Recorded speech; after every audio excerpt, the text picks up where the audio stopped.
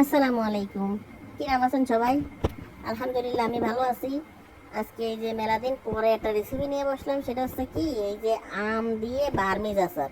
দেখতেছি সবাই ফোনে খালি ওই বানাচ্ছে, আর আমার মাইয়ের দেখে ওর জেদ্দে বলে পানি পড়তেছে একভাবে, কাছে মা সবাই বানাচ্ছে আমার জন্য একটু বানাই এনে দি। তা ভাবলাম যে মেয়েটা দূরে রয়েছে বসছে, তা একটু বানাই দেখি কিরকম হয়। তাই এই যে আজকে বসে গেছি আম চাক চাক করে কুর্তি। সবাই তো অল্প অল্প একটু বানাইতে, হ্যাঁ আমার আবার দুই মেয়ে তো, তা আমার একটু বেশি করেই বানানো লাগে। তো ভাবলাম যে একবার বানাচ্ছি তখন একটু বেশি করেই বানাই, যাওয়াই হবে না, ওইটা খাবারই প্রয়োজনে। এবার কি করলাম, ওই আম চাকচাক করে কাইটে এর মধ্যে যতটুকু আম তার 3 ভাগের 1 ভাগ চিনি দিলাম, দিয়ে সামান্য একটু লবণ দিয়ে মাখালাম, ভালো করে মাখায় সারা রাত রেখে দিয়েছিলাম। দিলি এই যে ধ্যান কিনা পানি বার হয়েছে, পানিটা হচ্ছে চিনির পানি, এই চিনিটা গলে গেছে আর আমের তে পানিটা বার হয়েছে। এখন আমি এই গ্যাসটা ধরাই দিছি, গ্যাসটা ধরাই দিয়ে এই পানি জাল করা শুরু করব। এই যে গামলার মধ্যে যতটুকু চিনি ছিল সব কাইয়ে কুইয়ে ওর মধ্যে দেব, দিয়ে যত সময় পর্যন্ত এটার সেদ্ধ না হয়, ভালো একটা কালার না আসে, তত সময় আমি এই পানিটা জাল করে শুকিয়ে নেব। এই যে আমার আম চুলোর পর দিছি, নাড়াচাড়া করতেছি।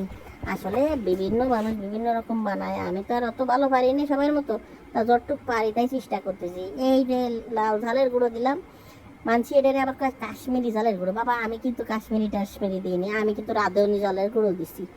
আর মাঝে সাথে ভাঙাই নিয়ে আসি তাও দিই। এইবার একটু হলুদের গুঁড়ো দিলাম, আর দিলাম সামান্য দইনের গুঁড়ো।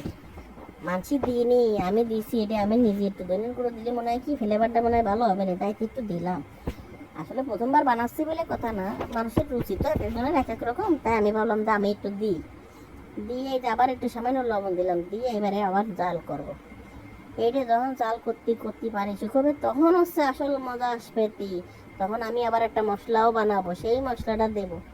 তা যাই হোক, আমি একটা মশলা মূলত কি বানাবো আমি বলে নিই, সেটা হচ্ছে ওই যে পাঁচফোড়ন আছে না, অনেকে আছে পাঁচফোড়ন বানান, আমি আবার সময় পাইনি, তার জন্য আমি কি করেছি ওই পাঁচফোড়ন কিনে আসছিল, সেই পাঁচফোড়ন ভাইজিয়ে গুঁড়ো করে রাখলাম আগেরতে।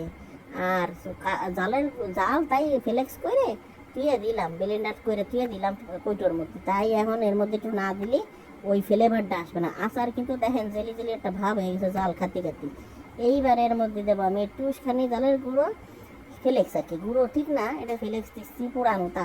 এই জাল আমি পুরাই নিছি আগেতে, দিয়ে গুঁড়ো করেছি, আর এই হচ্ছে সেই পাঁচফোড়ন গুঁড়ো। এখন এই চালের গুঁড়ো আর পাঁচফোড়ন গুঁড়ো দেওয়ার পরে আর একটু নাড়াচাড়া করে রস মাখা মাখা করবো। করার পরে আমার মাইয়ে তো এর দেখলি মানে জিভ বেঁধে নাল পটে থাকবে না। এখন ওজনই এটা প্যাকেট করব।